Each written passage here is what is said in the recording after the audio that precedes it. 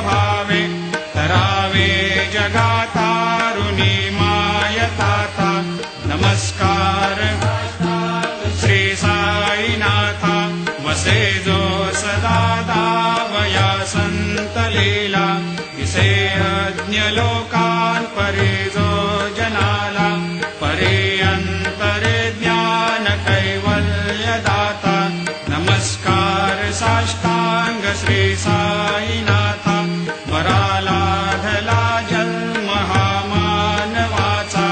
नरासार्थका साधनीभूत साचा धरो साई प्रेमा गळाया अहंता नमस्कार साष्टांग श्री साईनाथ धरावे करे सान अल्पज्ञ बाला करावे अमाधन्य चुंबो निगाला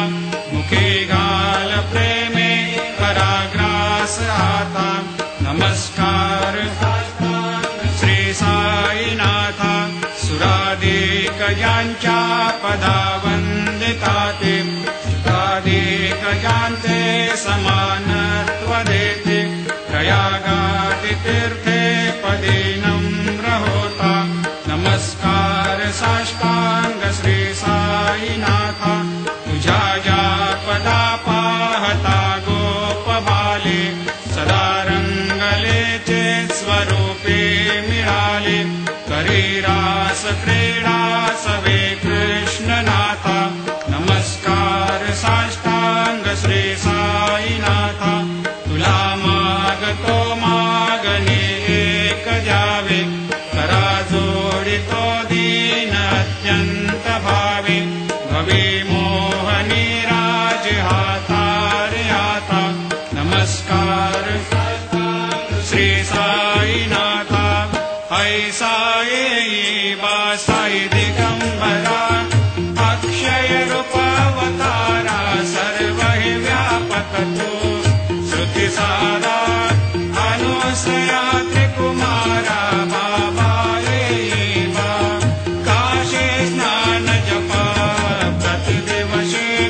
कोल्हापुर भिक्षेशे निर्मल नदी तुंगा जलप्राशी निद्रा माहुर देशे ऐसा येई बा जोळे लोंबतसे वाम करे त्रिशूल डमरू धारे भक्ता वरद सदा सुखकारे देशिल मुक्तिचारे ऐसा येई बा पायी पादुका जपमाला कमंडलो मृगचाला धारण कर सेवा नागजटा मुकुट शोभतो माथा ऐसा येई बा तत्पर तुझाया जे ध्यानी अक्षय त्यांचे सदनी लक्ष्मी वास करे दिन रजनी रक्षसे संकट वारुणी ऐसा येई बा या परिध्यान तुझे गुरुराया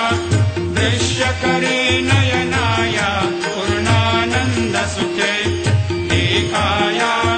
लाविषि हरि गुण गाया ऐसा येई बा साई दिगंबरा अक्षय रूपावतारा सर्व हि व्यापक तू श्रुति सारा अनुसया त्रिकुमारा बाबा येई बा सदा सस्वरूपं चिदानन्दकन्दं जगत्सम्भवस्थान संहार हेतुं स्वभक्तेच्छया मानुषं दर्शयन्तं नमामीश्वरं सद्गुरुं साईनाथं भवद्वांत विध्वंसमार्तण्डमीड्यं मनोवागतीतं मुनिर्ध्यानगम्यं जगद्व्यापकं निर्मलं निर्गुणत्वां नमामीश्वरं सद्गुरुं साईनाथं भवाम्भोधिमग्नार्दितानां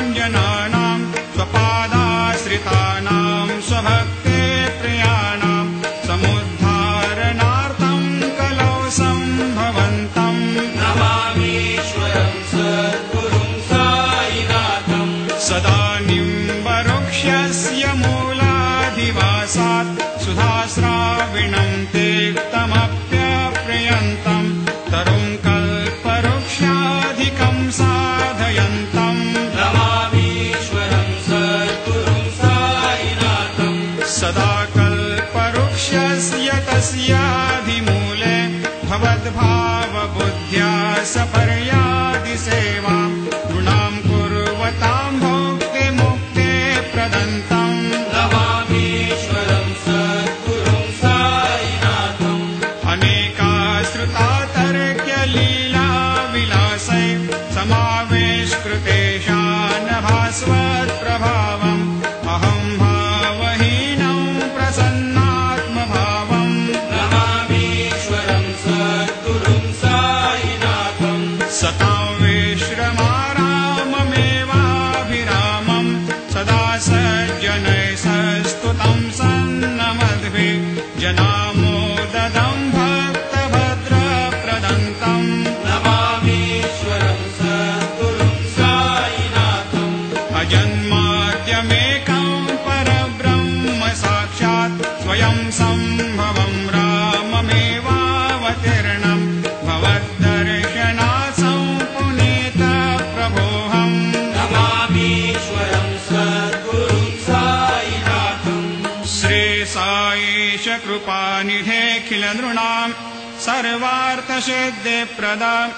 युष्मत्पादरजप्रभावमतुलं धातापि वक्ता क्षमः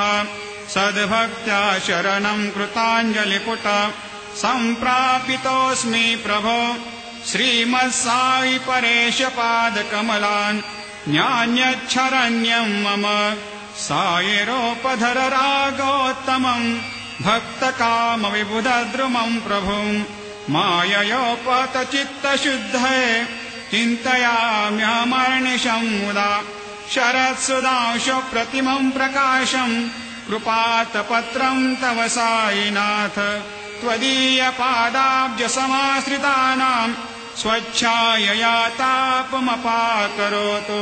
उपासनादैवत साईनाथ स्तवैर्मयोपासनिना स्तुतस्त्वं रमेन्मनोन्मे तव पादयुग्मे भृङ्गो यथाब्जे मकरन्दलुब्धा अनेकजन्मार्जितपापसंशयो भवेद्भवत्पादसरोजदर्शनात्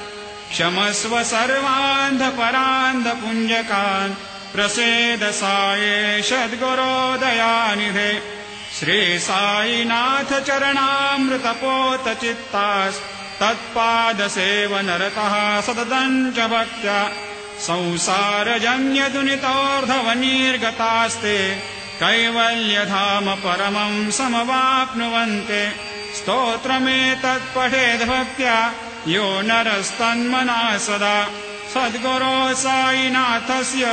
कृपापात्रं भवेद्ध्रुवम् करचरणकृतं वा कायजं कर्मजं वा श्रवणनयनजं वा मानसं वापराधं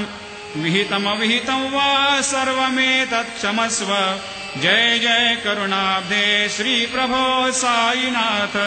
श्री सच्चिदानंद सद्गुरु साईनाथ महाराज की जय।